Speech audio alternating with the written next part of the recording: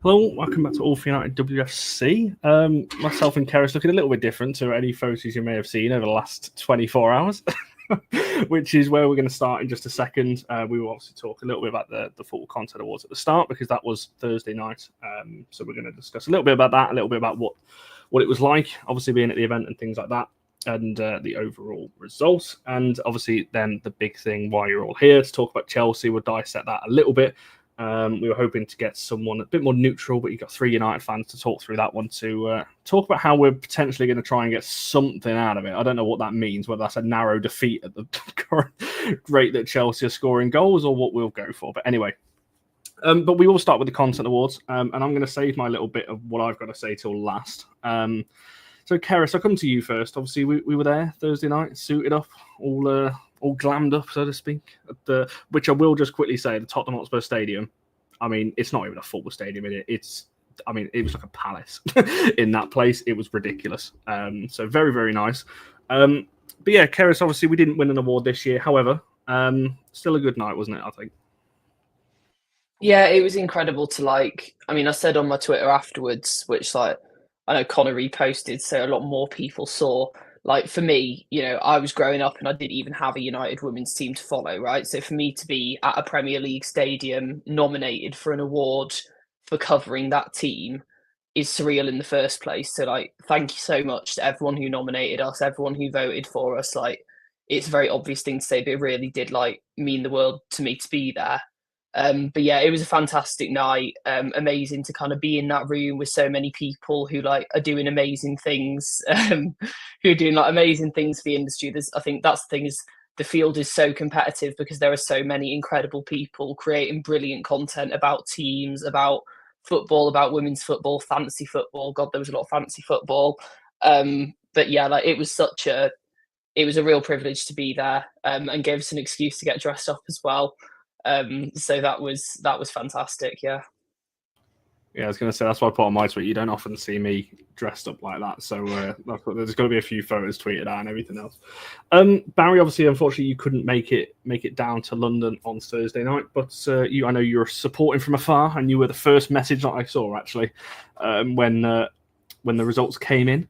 But yeah, anything to kind of say off the back of what Kerry said there about the night itself? Obviously, the fact we were nominated again 2 years running now, and obviously, unfortunately, didn't get the bronze this year or better. But to be honest, as I put on my tweet, I think the love for the channel I've seen, is massive at the moment. I've got 101 things I could say, Connor. So many I could fill up the hour, but I'm going to leave it very much on the positive side, which is that I find awards in any stretch of the imagination to be a little bit like the manager of the month. At the end of the day, when you go on to win the Premier League or you go on to win the WSL, you're not fussed whether you've won manager of the month or player of the month or goal of the month. They're all just very nice things to have. Ultimately, Connor, you've got no more room in your bedroom, really, to be starting to put any more of these awards out. And so until you get a studio and a trophy cabinet, it's really not worth it. Listen, Keris has said the right things. A big thank you to everyone that supported us and put us out there to be nominated in the first place. The simple fact of the matter is it doesn't matter. I think from our point of view, we don't need to be too concerned about whether or not we're winning awards when we're sitting here having the privilege of having, there's 43 people at the moment, but we regularly have hundreds of people, which morphs into thousands at times, sitting there watching us, listening to what we've got to say. And I don't know if that says more about them than it does about us for sitting here doing it in the first place. I don't know. But I'll tell you what I do know. I love our little community, and no award will ever trump the feeling that we get from being out here, having a chat with our mates about football. So, yeah, I think that's what I will say about the FCAs today. Yeah, and I think my kind of final thing on it then, obviously from my point of view, as I put on my tweet, you always go to these things, and if you walk away with nothing, obviously it's a little bit gutting. But I think what I noticed over the last, or have noticed over the last year, obviously, is the love for the channel. The channel's grown. We'll do some kind of stats at the end of the year, but this year in particular has been massive for the YouTube channel, for the TikTok, for Twitter. I know I tweeted it as X, but that's the first time I've ever called it that. But yeah, Twitter, I'm still going with that. Everything else is growing. Obviously, you can see all you guys, the regulars or new in the chat right now. Obviously, that means more to us. And as I said to these guys on the night, obviously, when it came in, awards are nice, but they don't define you. What we do, what we say on here, what we continue to do will obviously define us, and what we will continue to look to build next season, next year and next season, because there are going to be a couple of changes around here as well going into the future as well. So, yeah, from my point of view, a little bit gutted, but to be honest, I would much rather have all of you in here watching us as you are doing than any kind of award and things like that. So obviously, as I said at the start, massive thanks to everyone who did put us into it and nominated and everything else, because it was a great night regardless. Met some amazing people for the first time as well, so that was nice. But yeah, overall, yeah, we'll carry on. I said this on Monday, award or no award doesn't mean we're going to stop. We are going to carry on doing what we're doing and everything else, and that's why you're all here to watch us talk about, obviously, Chelsea coming tomorrow as well. So I appreciate all your comments as well. I can see all of what you're saying. I appreciate that, Lanzar. One of the first viewers we ever had as well. I remember you, Lanzar, right back at the start, all those years ago, when the channel was just growing as well. And that's a nice comment, Alan, as well. We watched the podcast because we like, not because you won the award last year. Exactly. So, yeah, I think that's all I've pretty much got to say on it, to be honest, unless anyone else has got anything to add on. Oh, Karis is going for something here. I think the only other thing to say is, like, even though we're so grateful to be nominated in the first place, and we know that awards don't matter, don't matter to an extent. But with that being said, we're not kind of thinking that we're just lucky to have what we have and we're not going to keep pushing on. We want to, make this channel the best it can possibly be, and we want to keep pushing to get to a place where we're looking at these awards every year, where we're looking at getting these nominations and drawing an even bigger audience. At the end of the day, like, there was actually someone from I think it was a Celtic State of Mind that did like a really lovely acceptance speech last night about a message he'd had off a listener saying how the channel had helped him through really difficult times.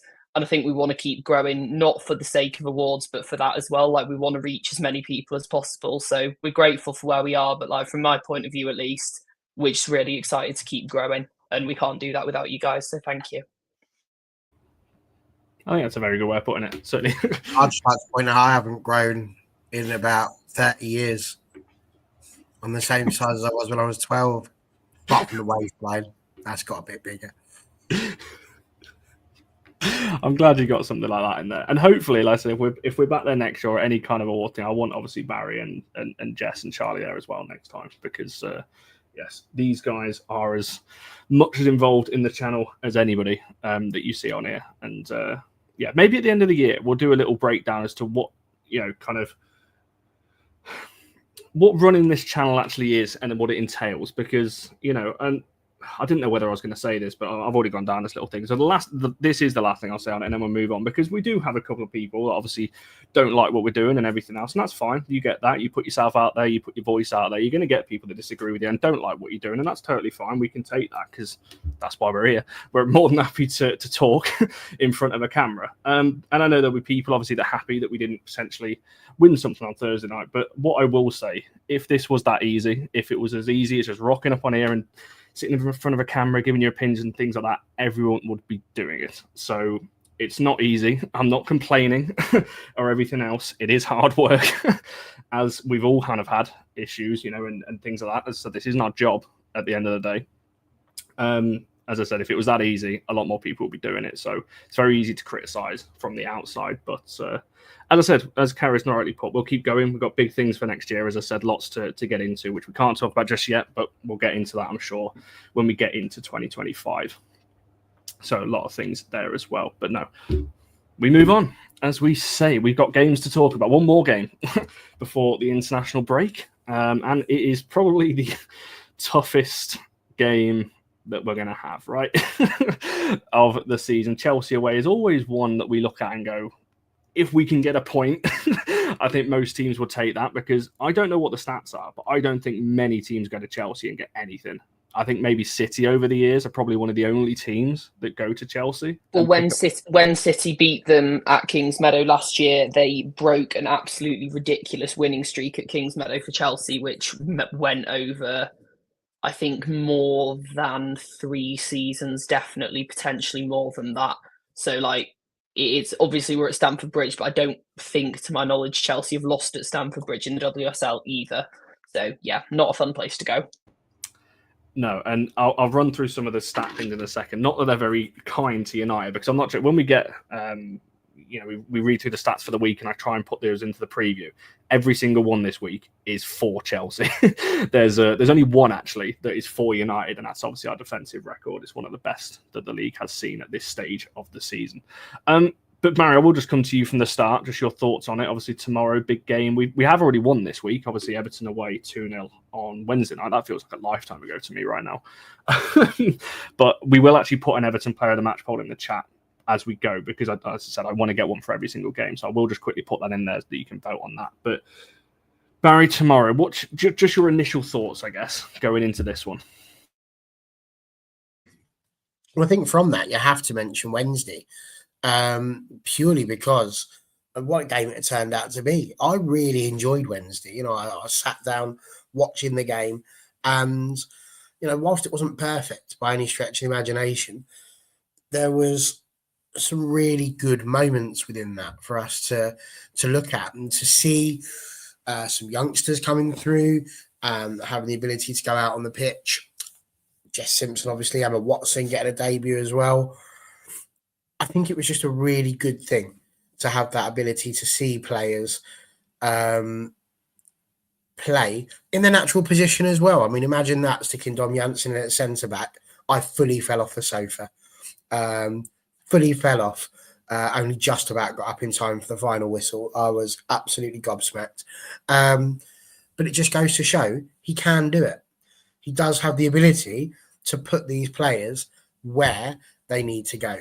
And I think that's huge, because if he can be a little bit less rigid with what he's doing, United have got a chance this weekend. But it's going to be very, very interesting. As you just said, it's going to be like the immovable force against the irresistible object in so many ways, because our defensive record is a sight to behold at the moment. It's the best in the top 4 divisions.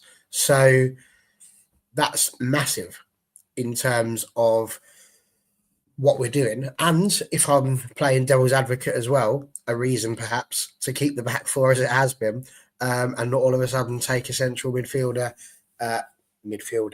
and stick her straight into the centre-back position. So it's going to be interesting, that one. But I think defensively, we're amazing at this moment in time. Fallon's been superb in goal. So I think that's going to be a big thing. The big thing for me, really, is can we score? That's going to be the big thing. If we can create chances and take them, we're very much in this match. If we're just defensive, there's a very real chance that we're going to lose, whether that be narrowly or by a lot. So it's going to be very, very difficult. We've seen it before when we've gone out there, tried to be a bit attacking. Chelsea open up the game as well. It can be very difficult. Personally, I think I said this to you the other day, Connor, I would rather an all-out attack match. Chelsea attack, we attack, and we end up winning 6-5 or something like that. I've got no dramas with that whatsoever. Can't see it happening somehow. So, yeah, those are the 2 big things. The defence can maintain its brilliance, and the attack can actually get a goal or 2. Obviously, a bit of a worry about Liz Terland. We're not sure whether or not she is or isn't going to be available. So that's going to be interesting. But yeah, that's the big things for me. Defensively and attack. Those 2 things have to be on point. And if they are, it's going to be all good. Yeah, I tend to agree with that. And I want to come back to Terland as a separate point, because Lanzar's asked a question. I'll pretty much confidently say out of the air she's not going to be available tomorrow. For those of you who might have seen her Instagram story, she's still in Manchester right now, and the rest of the team are in London. So I highly doubt we're going to see Terland in the squad tomorrow. Which, yeah, I mean, we don't fully know the length of her injury, but she's also not picked in the Norwegian squad. So could you imagine if she did like a London 2012 thing, like with the Queen? and they just have somebody come in, and there's a big old helicopter comes in just an hour beforehand, and she just abseils down onto the centre circle. Oh, scenes. Now, that would be something that we're not expecting. I'll come back to some of your comments. Like, there's a couple of questions in there, but Keris, for yourself, obviously, just your, I guess, initial thoughts on tomorrow. As I said, we've not had a great record against Chelsea. We have beaten them once, never in the WSL. Our record in the WSL, I think it's 1 draw. I want to say 9 or 10 losses, something like that. So again, it's not great in the league. And Mark Skinner as a manager has never beaten, obviously, Chelsea in the WSL either. What's your initial thoughts ahead of tomorrow? Yeah, I mean, it's never a game that you look forward to, but the thing that I try to kind of put a different spin on it is I wasn't looking forward to it in April, and that ended up being like my favourite game I've ever attended in my life. So, you know, you can look at it from that perspective, but I think we've got to kind of be very, whether you like it or not, Chelsea are, I think it was Matt Beard who said the other week, like, they could from their squad field two squads in the WSL and finish first and second. Might be slight exaggeration, but their squad depth is absolutely incredible. I think there's a lot of talk about Ramirez, and for sure, like Maya and Millie will have to be on like absolutely top form to be handling her. But the player that I'm actually most worried about is Johanna Rytting-Kaneryd. I think that she's been absolutely incredible this season, usually playing on that sort of right wing for Chelsea. So Gabby George obviously just had her first England call-up in however long it's been, which is fantastic for her. This will be a massive test for her going into that. If we have her obviously starting, but also if we have Bizet on that left wing, that's where I would want to see her, because we've seen what she can add defensively, kind of all the way up and down that flank, that tenacity. I think that can be really valuable. I've just noticed my dress from the FCAs is in the background because I've realised that I need to like dry clean it or something. I don't know how. So apologies about that, guys. That's a little behind the scenes into the less glamorous side of it, which is that I don't actually know how to wash that dress. But yeah, no, I think it's obviously a really difficult like prospect playing Chelsea every single time. Rytting-Kaneryd's the person that I'm most worried about, so I'm really interested to see how our kind of left flank deals with her. But yeah, I mean, our defensive record is really strong. I'll say what I say every time we play Chelsea, which is that there's no reason we can't beat them. But they will also be looking at us thinking there's absolutely no reason that we should beat them. So I'm very interested to not see how it plays out, because I'm actually, for once, not available to watch it. But I'm very interested to see the results coming in on my phone while I do something else very exciting. Indeed, yeah. I don't know. I think the more we get into this, I don't know whether I'm going to be more confident or less confident as we go on. But, Lanzar's mentioned Brighton. Obviously, that front three of Chelsea's at the moment. I tweeted it after the City game of Brighton on the left, Kaneryd on the right, and Ramirez down the middle. I mean, that is on fire right now. The way that they weren't even at the best against City and still beat them 2-0, who are, some would argue, the second best team in the league at the moment, I think shows you where Chelsea are currently at. I think Chelsea are an interesting team. I genuinely thought they'd drop off a bit with no Emma Hayes, and it seems like they're playing better. Sonia's the first manager ever to win like the first 10 or something like that, or could say she's broke so many records already, and she's only just come through the door at Chelsea. So I think that shows you the level that they're playing at right now. We will just quickly touch on Terland, because obviously, as I said, I'm 99.5% sure she's not going to be in the team tomorrow. So, Barry, I'll come to yourself first, because Truth asked this question: who do you think will start in the 9? I think it should be Mallard, but it'll pick Williams. Williams did start on Wednesday night. I don't think she was great, if I'm being totally honest. I thought she was okay. We kind of know what we were going to expect from Williams. But the caveat I will throw to you was the once and only time we beat Chelsea was with Rachel Williams up front. Is that an argument to play her there tomorrow? Yeah, I was just going to say that. Took the words right out of my mouth, so I've not really got much more to add. But yes, absolutely, Rachel Williams was chosen as a bit of a surprise. And I can distinctly remember everyone being like, oh, that's a bit of a thing. What's he done that for? And it did, I think, outwit Chelsea on that occasion. However, it's not a surprise anymore, is it, that we might potentially do that? And so therefore, I think that's the hard bit. You would imagine Mark Skinner's going to be looking to try and do something that's going to surprise Chelsea. And I think the problem is that he'll probably end up trying to do something that surprises Chelsea, but that also surprises us as a football team, and doesn't necessarily help us in that respect. But I think if he just gets down to brass tacks, just gets down to what football is all about, and thinks about matching them player for player, ensuring that the defence are as strong as they can possibly be, and let's be honest, they've been superb, I think he's in with a shout. The big thing for me is, whoever you put up front, we've got to have somebody to feed them.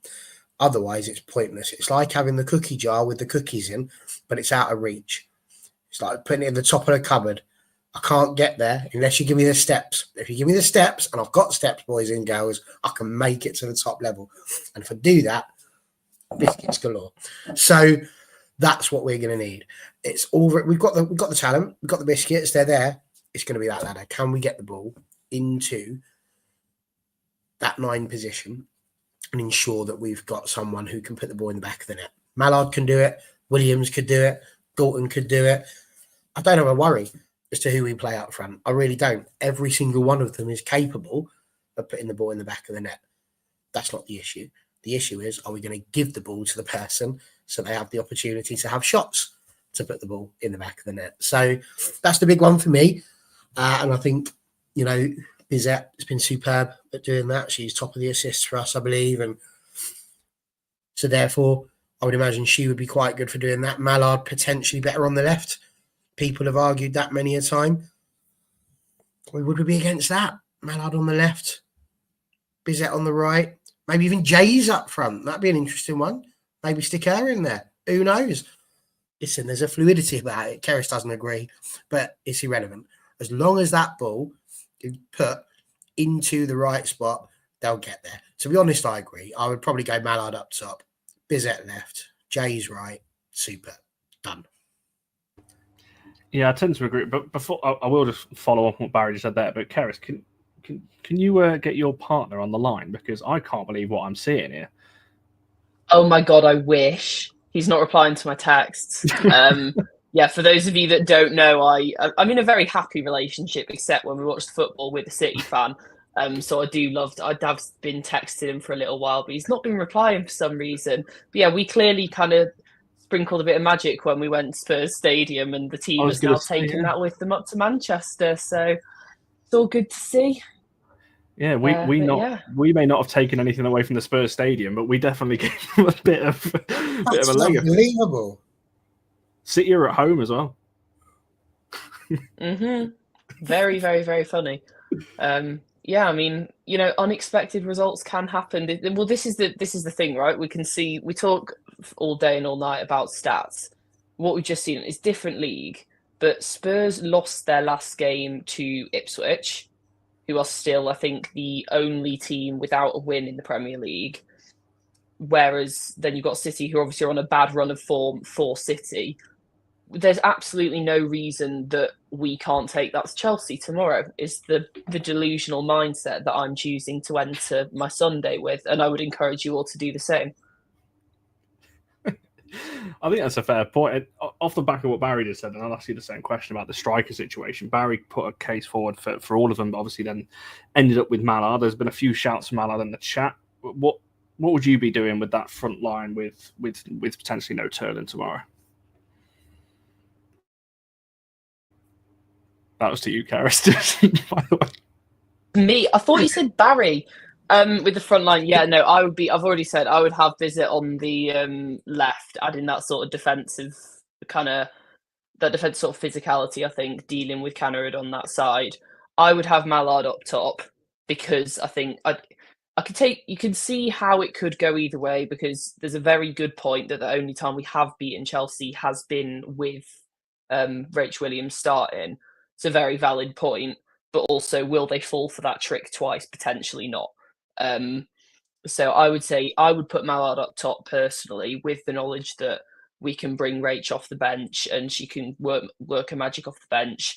And then I would have Jace on the right. I think I love the form that she's kind of been in terms of her creativity at the moment, even if it's not paying dividends in terms of like actual output, in terms of goals and assists. I think that she's getting that sort of spark back that made her such a fantastic player to watch when she first signed. I think that's what's you've got to. We have this with kind of a lot of players at United, I think, where it's very cutthroat sometimes, where you think, okay, they might be playing well, but are they actually giving us that output? And I see where you're coming from, but you need patience. And I think Jace has shown in these last few games why she deserves that patience to start having the output that her work has deserved. So I'd be going her on the right, Mallard up top, with Rach Williams to pop off the bench whenever, and Bizet on the left to be helping out Gabby with Ritten Cannerid. Yeah, I think that's kind of what I would be going. I don't think it will be. I think what we saw Wednesday night was kind of an indication as to what we're gonna. Well, no, not the 11. Sorry, but I think some of the players that we saw Wednesday night, particularly those, kind of came on. And I said this against Leicester. I think the subs that came on then were likely going to start against Everton, and that's what we saw. And I think this weekend with no Terland, I think it's probably going to be Rach again. Again, I'm not a huge maybe fan of that. I mean, I'm not against it because, as I said, obviously we know what she can do and everything else. I mean, Alex asked whether we could play a false nine. I think if you've got Ella Toon available, then probably. But she's also not, so probably not. Because I can't see Clinton doing that kind of role. Jace is probably the next best player, but I would rather have her out wide running at opposition fullbacks than have her down the middle, to be honest, with her back to goal and trying to hold the ball up and things like that. I just don't think that's her. So I wouldn't be doing that. I don't think Mark's going to change too much. Not now, not this close to a big game and everything else with 3 games in 7 days. He's not going to change the system around too much, I can't imagine. I hate false nines. I thought you might. Just got to throw that out there. Yeah, I thought you might. There's another question. I wasn't going to ask this, but why not? Let's treat this a bit like a Q&A. Why not? Highlane's asking, would you guys go for Sandberg or Gabby? Now, obviously, Anna was a player that she did really well, I thought, on Wednesday night against Everton.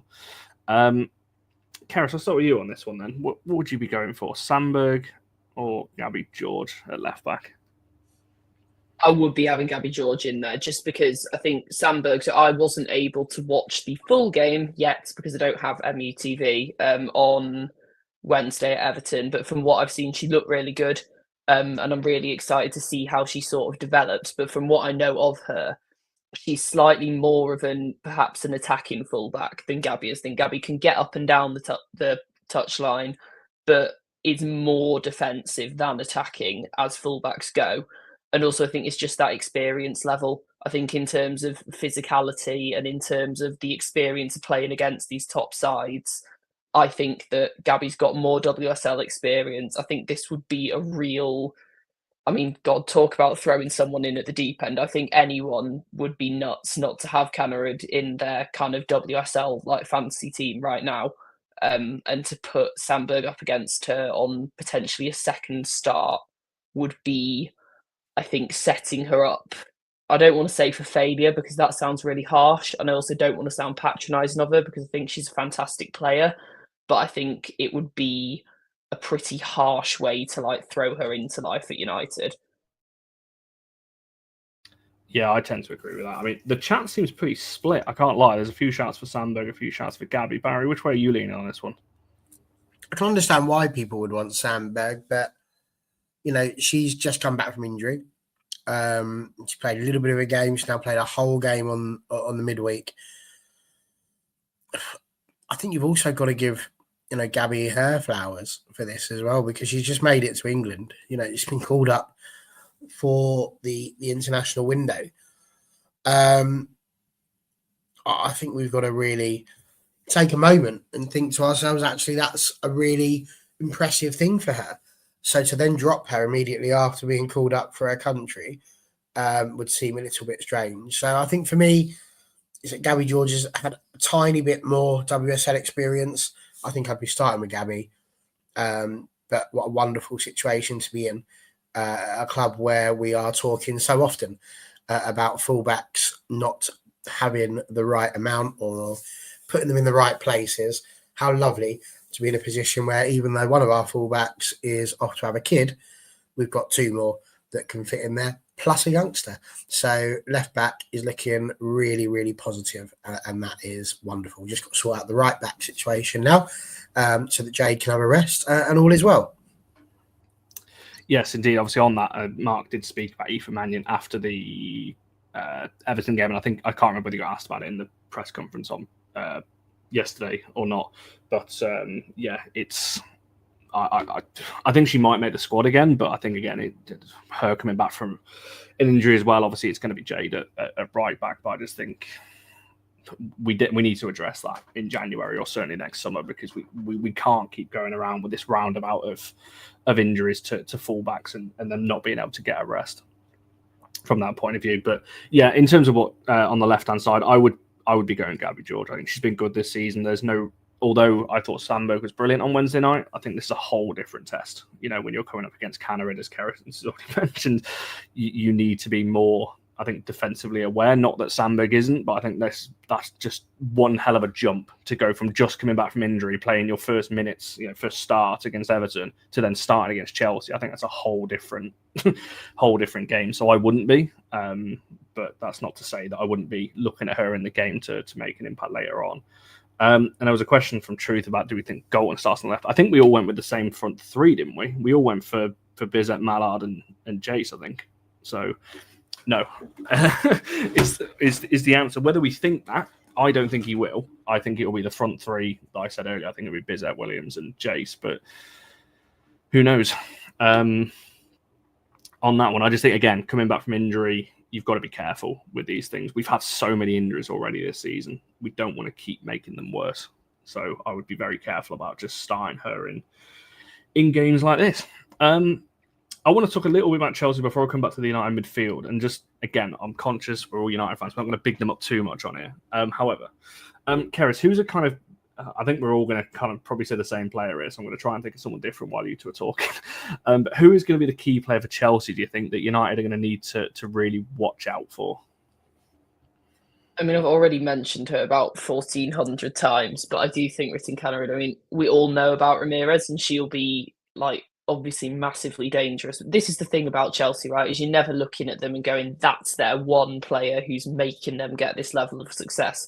The player that potentially people thought that about was Sam Kerr, and they've been proved incorrect in that, because, I mean, someone put it in the comments earlier, it's fairly easy to forget that Sam Kerr is still a Chelsea player and is just out injured, because it's not like Chelsea. I'm sure Chelsea fans are counting down the days until she's back, because you would be, but oh my God, she's not going to walk back into that 11. But yeah, I think the depth that they have is insane, and you can't just nail it down to one player. I think Canard will be extremely important for them. Someone's also pointed out Sandy Baltimore. I think in that sort of more attacking role that Bumpastor has had her playing in, I think that she's been really, really strong for them. So yeah, I mean, you could make a case for most of their squad, to be honest. But yeah, I think Canard for me. Yeah, there's obviously a lot of different names in the chat as well. I won't read them out just yet because I don't want to steal Barry's thunder on that one. But Barry, it's hard, isn't it? Because as Kerry said, Chelsea have got so many. You're kind of you can't really pinpoint one. But I'm going to ask you the same question and ask you to pinpoint one if you can. I've written down 6 names on my piece of paper, Connor. 6 names, which I will whittle down to 1 for you. I've written down Hannah Hampton. The reason I've written her down is because she is what I would like to call a Jekyll and Hyde goalkeeper.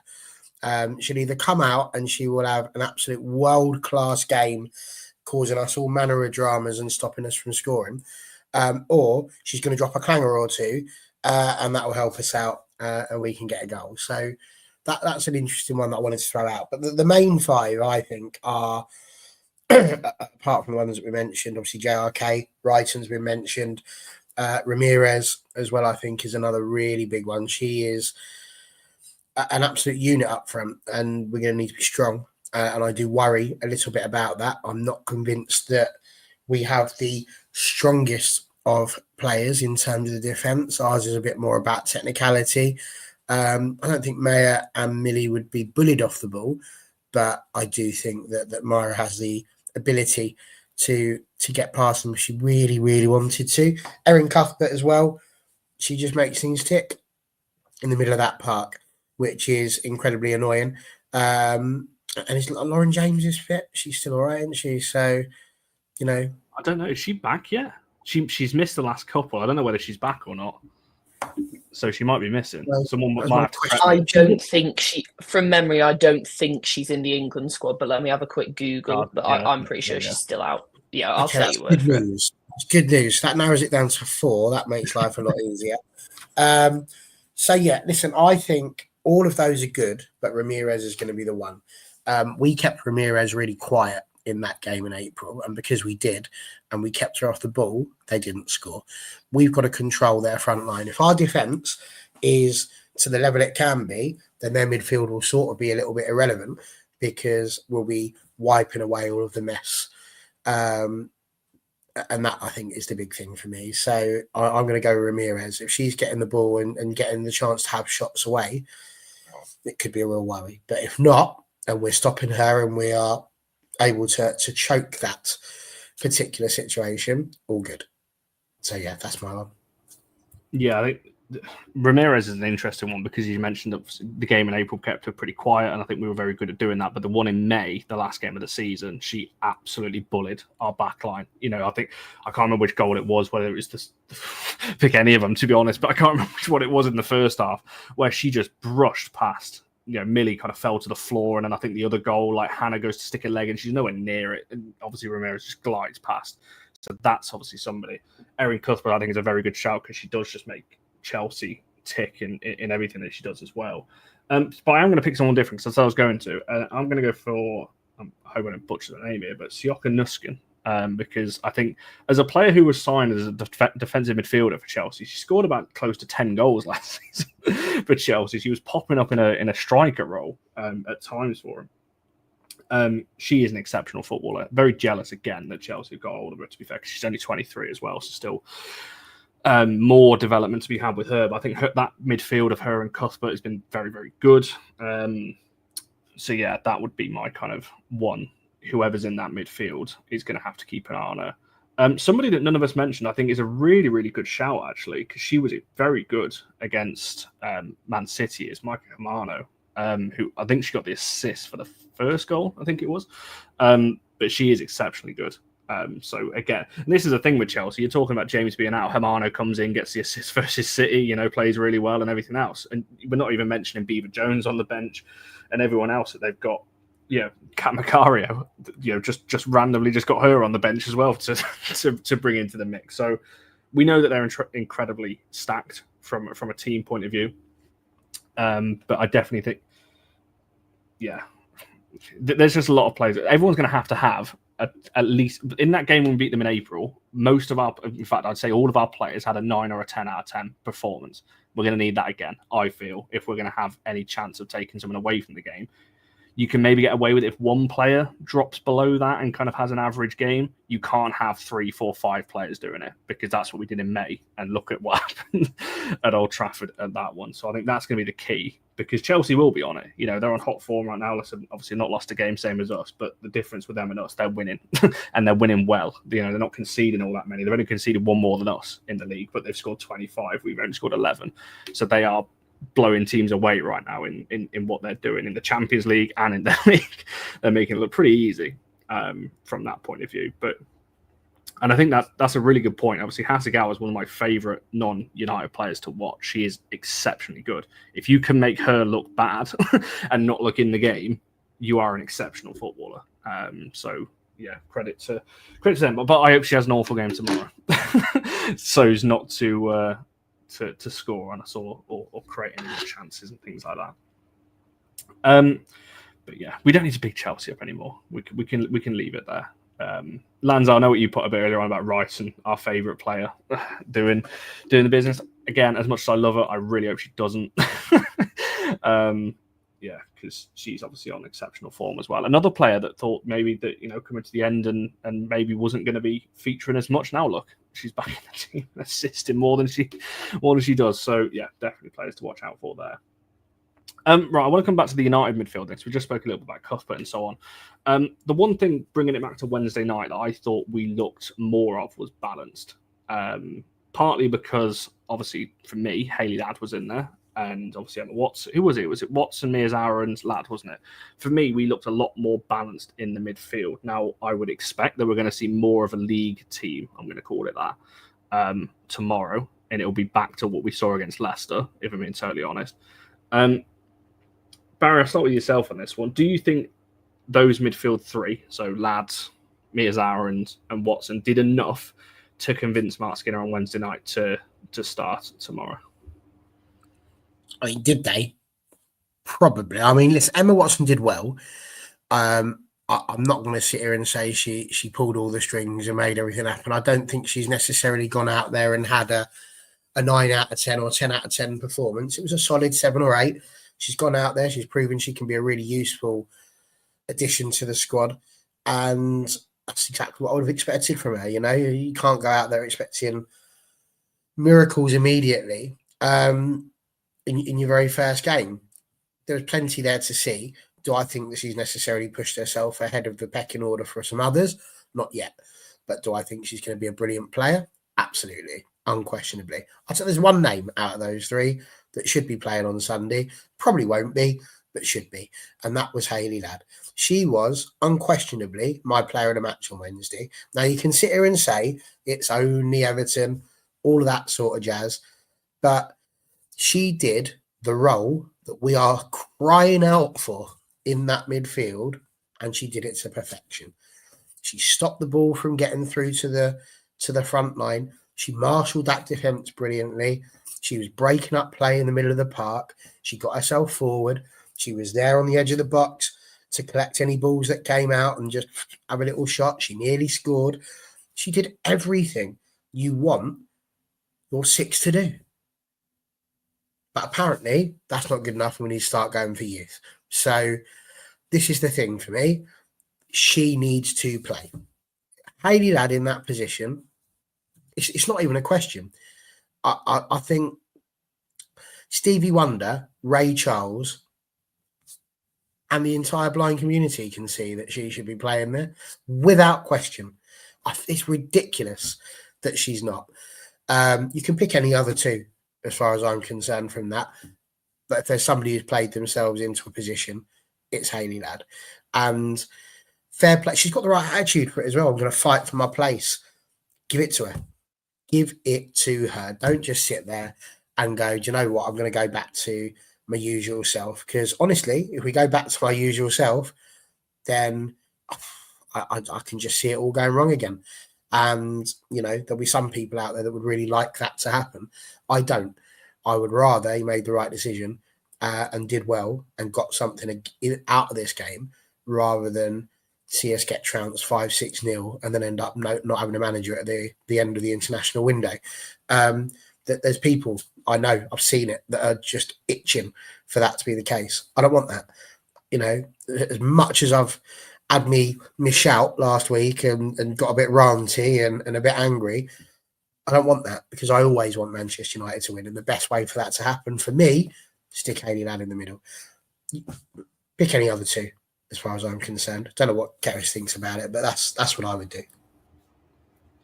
Yeah, I think it's been an interesting week for Ladd, because obviously, for people who didn't see, friend of the channel, Sean, asked the Wales manager about Ladd. And, you know, she gave an interesting answer, again, about Ladd needing to feel appreciated and things like that she's, you know, she's never going to speak ill of people, but, you know, she needs to make sure that she's in the right environment and feel appreciated, which again is not unusual. We've heard this with many international coaches with players at United before. So yeah, I agree, is what I'm trying to say there on that one.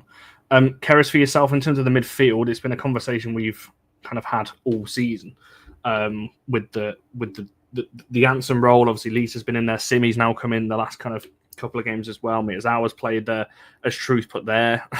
Skinner's comments in the press conference on Friday talking about Miyazawa playing as the 6. I mean, I no. That's just not trying to stop. Let's stop trying to convert people into positions they're not. You know, she didn't get a golden boot at the World Cup or whatever playing as a 6. She was a winger. or an attacking player and things like that. We're trying to convert her into an 8/10, which is fine. Let's stop pushing her back. She'll be a centre back soon by the time Skinner's done his conversion on her. But there we go. I can't remember what the question was. Kerry, the midfield, what would you be going for? Has Ladd done enough to warrant a starting place tomorrow? I think it's really difficult.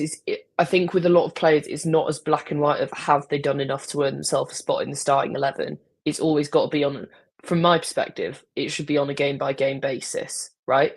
And I think that Ladd looked really good against Everton. I've rarely seen her have a bad game. She's just, I think the number one thing that she is, and this is something I've always said throughout her time at United, is she's consistent.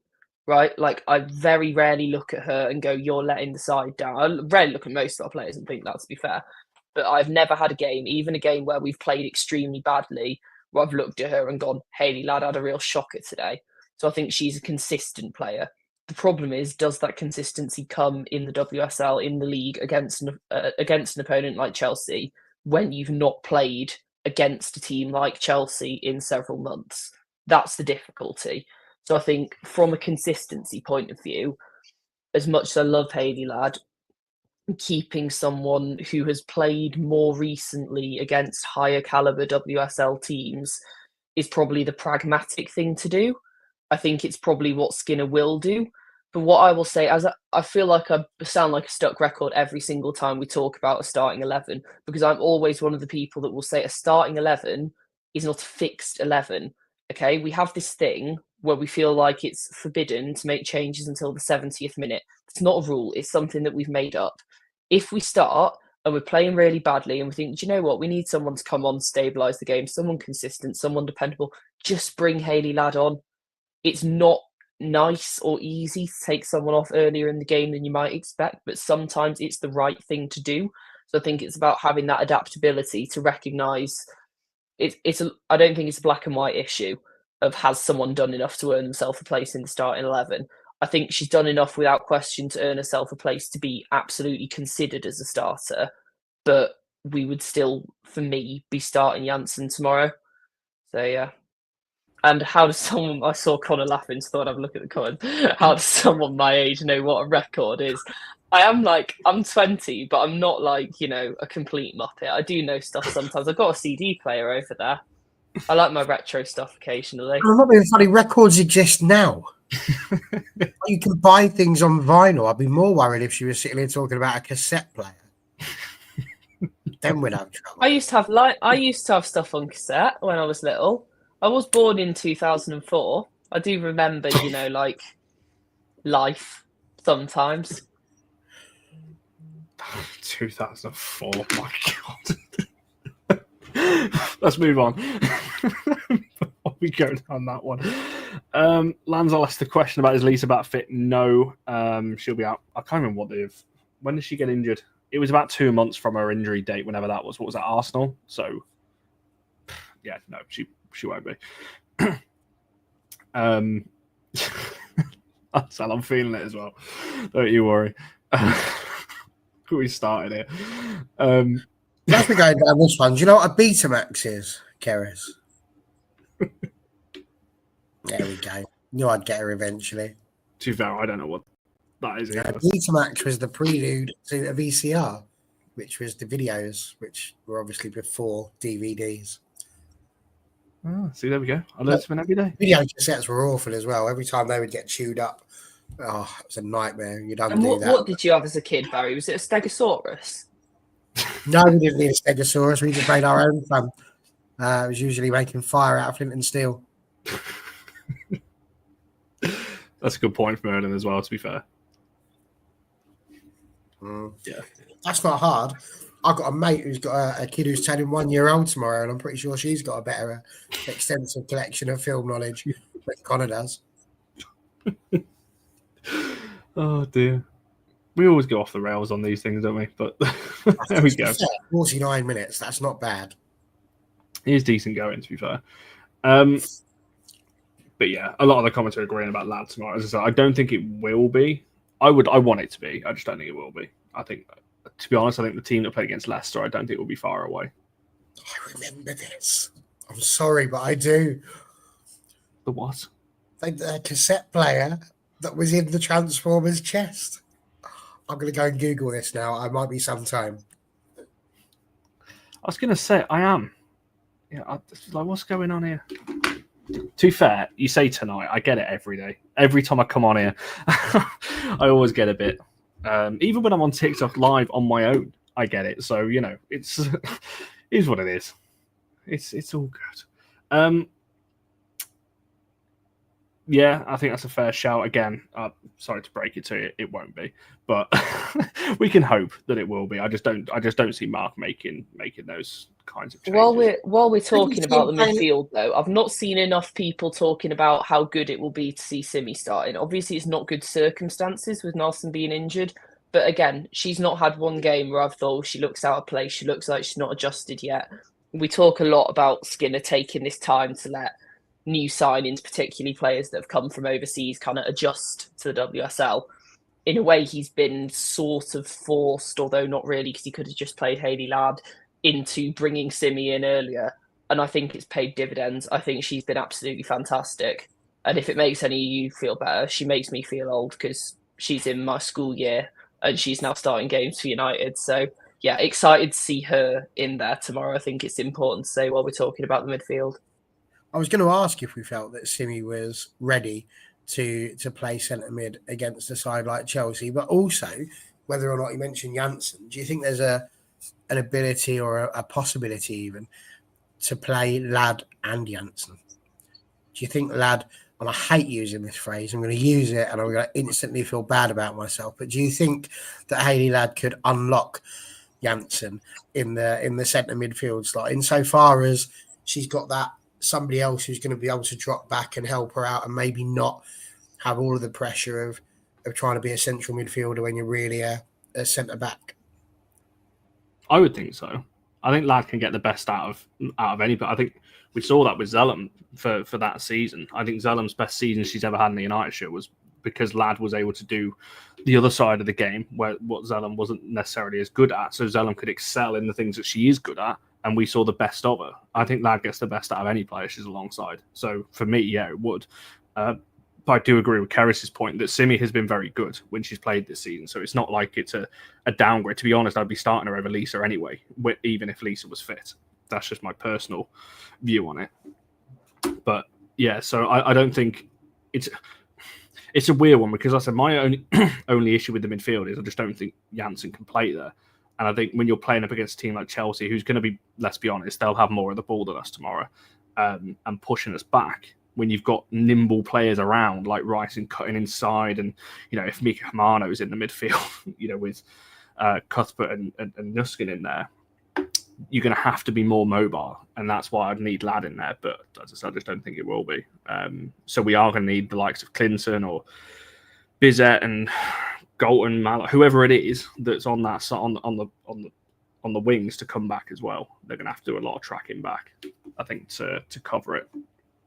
But this is genuinely a reason why I would, again, I mean, I'd have Janssen at centre back anyway, but even more so in this game because I think she's one of the only players we've got that can probably deal with Ramirez on a one-on-one battle. We saw what Turner, how Turner dealt with it last season. From that point of view. But one of the things we did really well in the game when we did beat them and kept Ramirez quiet is we kind of said it on the match reaction, didn't we? We were a bit dirty in that game. You know, we didn't let her get any. You know, Mayo was walking a tight line between getting sent off. She was already on a booking and still going in with the kicking her down the back of the legs and doing all that kind of stuff. But we needed to do that to unsettle her and everything else. So we need to do similar tomorrow. Just unsettle her. It might not be pretty. It might not be good to look at. But we do need to do that because if we let Ramirez have a run at our backline again with no one on her, we're in massive trouble. We can't be doing that. Yeah, I agree. But as I said, it just won't be, will it? But you can. I'll let you all manifest it. You can hope in the chat on that one. I've not really got anything really to add on the game tomorrow, but I do want to quickly mention from Everton. Barry, you kind of mentioned it earlier on about the youngsters getting a chance because we did see a couple of firsts on Wednesday night with Simpson and Watson. Sambo got a first start as well. So just your thoughts on how they did in the game, and looking ahead a bit more to the future, I think, from those ones. I think that was me. So, okay, I'll go with that. But yes, I've already spoken about Watson. I think Jess Simpson did incredibly well as well, and I think it's good actually to have somebody who we've brought through bridge that gap properly. A few years ago, we were sitting there talking about people like Kana Solskjaer, and we had lots of people who were, really up there, really in with a shout, we thought, and the gap just wasn't close enough for us to be able to bridge. I don't think it's nice now that gap seems to be slimming a little bit, and this is what the League Cup absolutely should be for.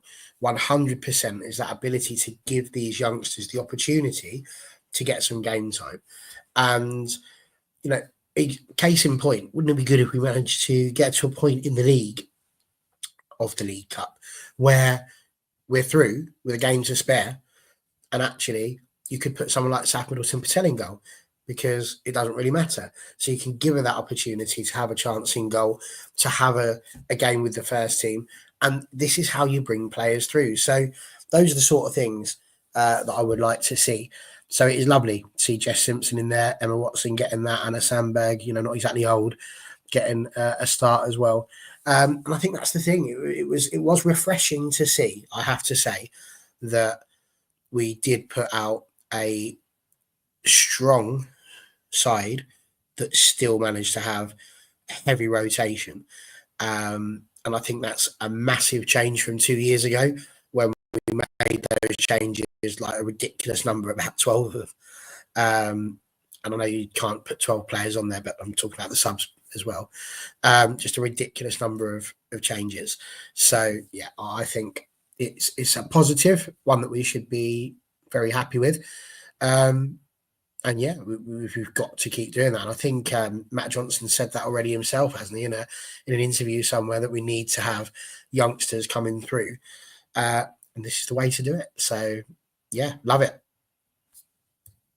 Yeah, I tend to agree. And I was just looking at the League Cup table. So providing Liverpool play Newcastle next, obviously, in the group, if that game goes to penalties and Liverpool win it, we're through. Because then no team can jump us anyway, because Liverpool will get 2 points for that. Newcastle will get 1, so no one will be able to overtake. So we will already be through then, providing obviously that happens in that game. If Liverpool do win it in normal time, there'll be 3 points. We're already on 6, so we're essentially already through again anyway. So there's no real risk now in that Newcastle game, barring like a massive 6-goal swing, for Newcastle on that final game, which it's just not going to happen, is it? So, Keris, I'll ask you the kind of same question in terms of Wednesday night, obviously seeing Simpson in there and Watson in particular. And I know Lansell and a couple of other people have mentioned Lucy Newell as well for looking ahead to the Newcastle game. I was trying to find the unmute button there, sorry. Yeah, I think 100%, as I said, unfortunately haven't had the chance to watch the whole Everton game yet, because I was lucky enough to be at the FCA's and unlucky enough to have to go straight back into university for 5 hours the next day. So I haven't had a chance to see the whole thing, but I'm really glad that we've seen so many youngsters start, and by the sounds of things, by what I have been able to watch back, that they had, positive impact and looked like they fitted in well. I think it's such an important part of United's identity that we have these youth players coming through, and I think we've seen it a lot on the men's side. The difference is in the women's side, though the calendar is getting heavier, we don't have the same amount of games. So whereas on the men's side, you might have games where you've got 2 either weekend and then 1 midweek, and you've got a lot of chances to be bringing in these younger players and giving them minutes, where it's a less risky situation. I think on the women's side, because the nature of you have less opportunities to get them on, there's a necessity to take a bit more of a risk. And I think that's something that we've struggled with at times. And I can understand why. But also, I think that it's been very rare that we have brought a player on in that situation and gone, or in a situation where we think it's a bit of a risk. And I think fans are able to be patient with that and able to be understanding with that, as long as it's handled in the right way, as long as it doesn't feel like we're throwing kind of young players in at the deep end and then almost using them as a fallback and an excuse when things go wrong. I think fans are willing to be patient with taking risks on younger players. So I hope that that's something we continue to try and do in potentially, we say all the time, no easy games in the WSL, but easier games in the WSL, that we keep giving those players those minutes.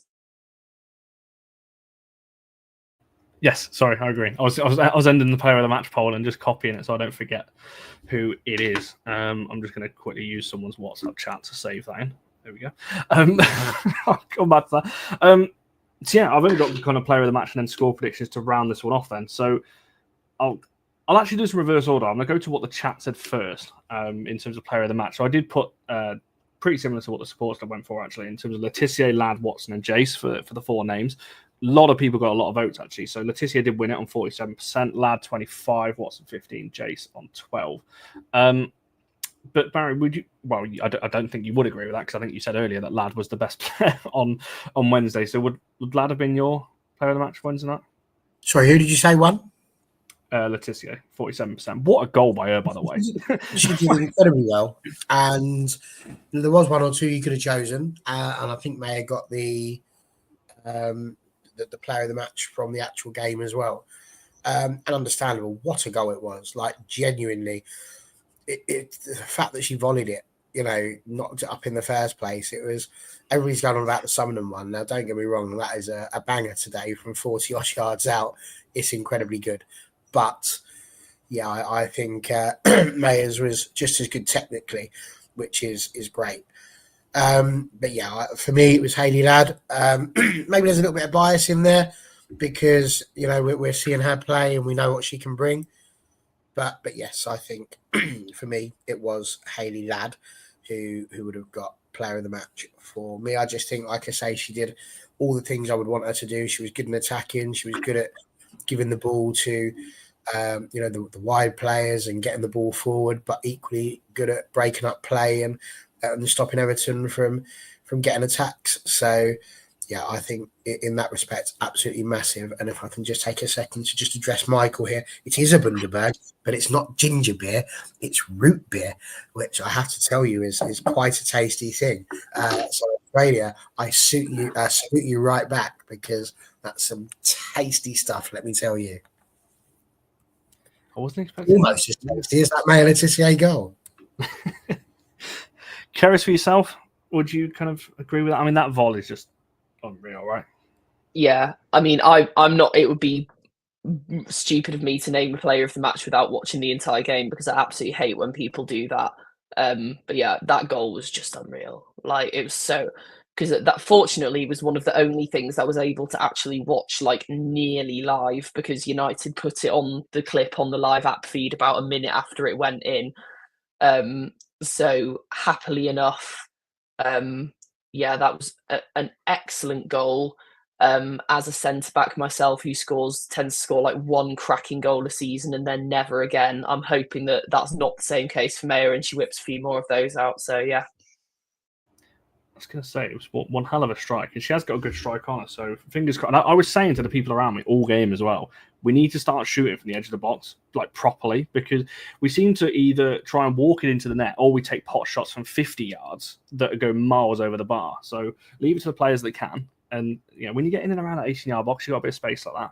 Do it on that one. So yeah, it was brilliant from her. And yeah, I think she probably deserves player of the match from that, because I think she was solid defensively as well. But Ladd is definitely a good shout, and Watson as well. Obviously, I've got to mention her, because yeah, she thought she was good, and obviously big games for Scotland coming up during the internationals as well to keep an eye on. So yeah, be on United watch from that one.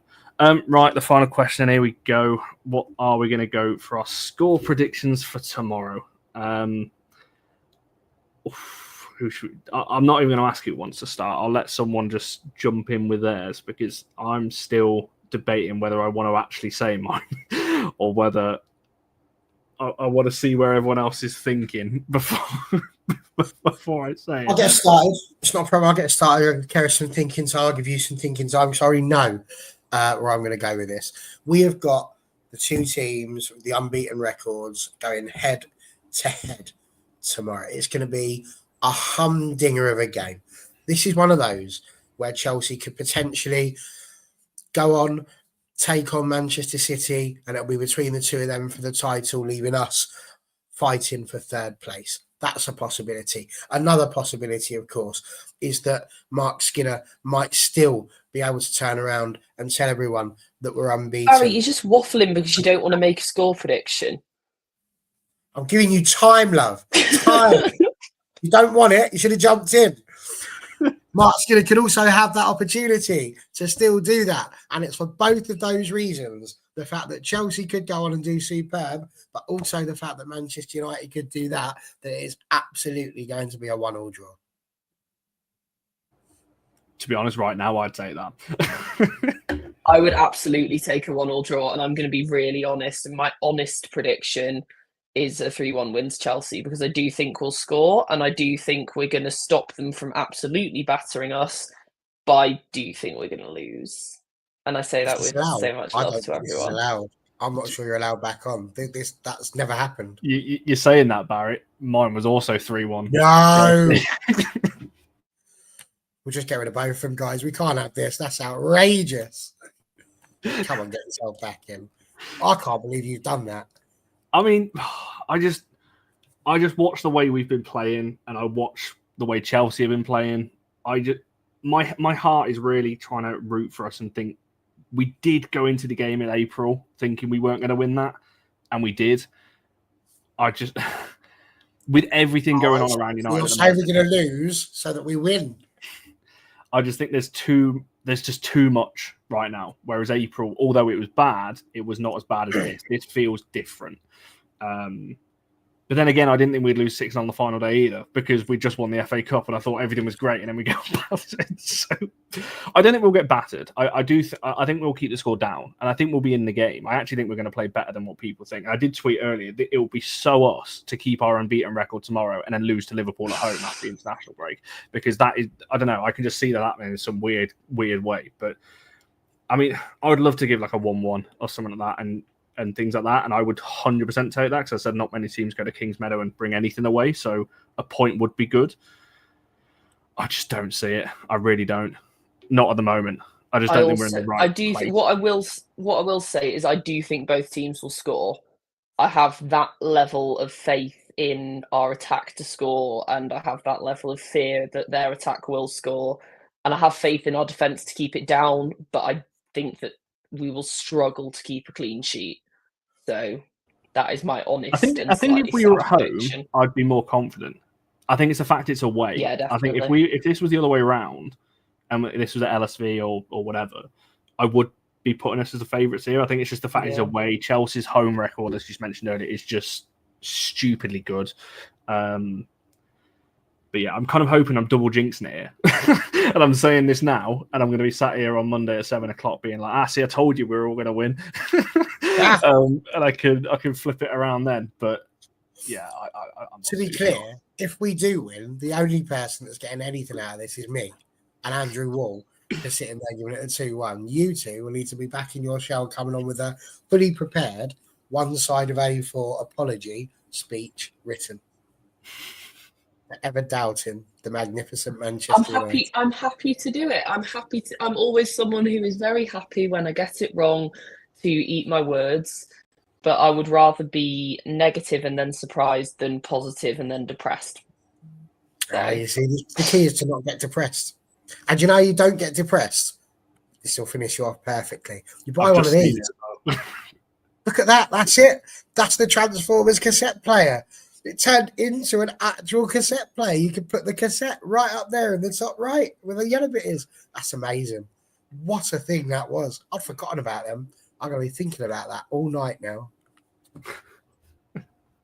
That is quite something, that's for sure. But yeah, we'll look to round it off there, because I appreciate it is a Saturday night and I'm really starting to flag now. I can't lie. But yeah, it's been another good show. It's been good, obviously, to chat about tomorrow, and we shall see. As we said, who knows? That's the thing with football. You can do all the stats you want, you can get all the metrics and things like that, but at the end of the day, it's how you perform on the day, what the 11 is, and all those kind of things in between. So we'll see tomorrow what plays out. Obviously, earlier kickoff, 12 o'clock tomorrow. So we'll see how that one goes. As I said, we'll be back on Monday, 7 o'clock, where I don't know what we're going to be talking about. Well, obviously the game, but I don't know what kind of game we're going to be talking about because I really don't know. I can see this going any kind of direction tomorrow. So we'll see. We'll see what happens. But as I said, we'll be back Monday, 7 o'clock. During the international break then, obviously we'll have some different kind of shows maybe and things like that, depending obviously on the current situation that happens there.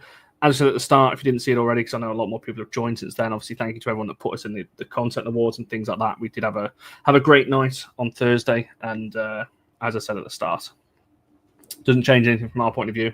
We've still got our goals and things that we want to do with this channel and the platform moving forward. So just keep an eye on everything that we're doing. All the socials are all for United WFC.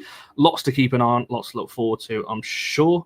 Make sure you're liking this video and subscribe if you haven't already. And we should see you guys back again on Monday.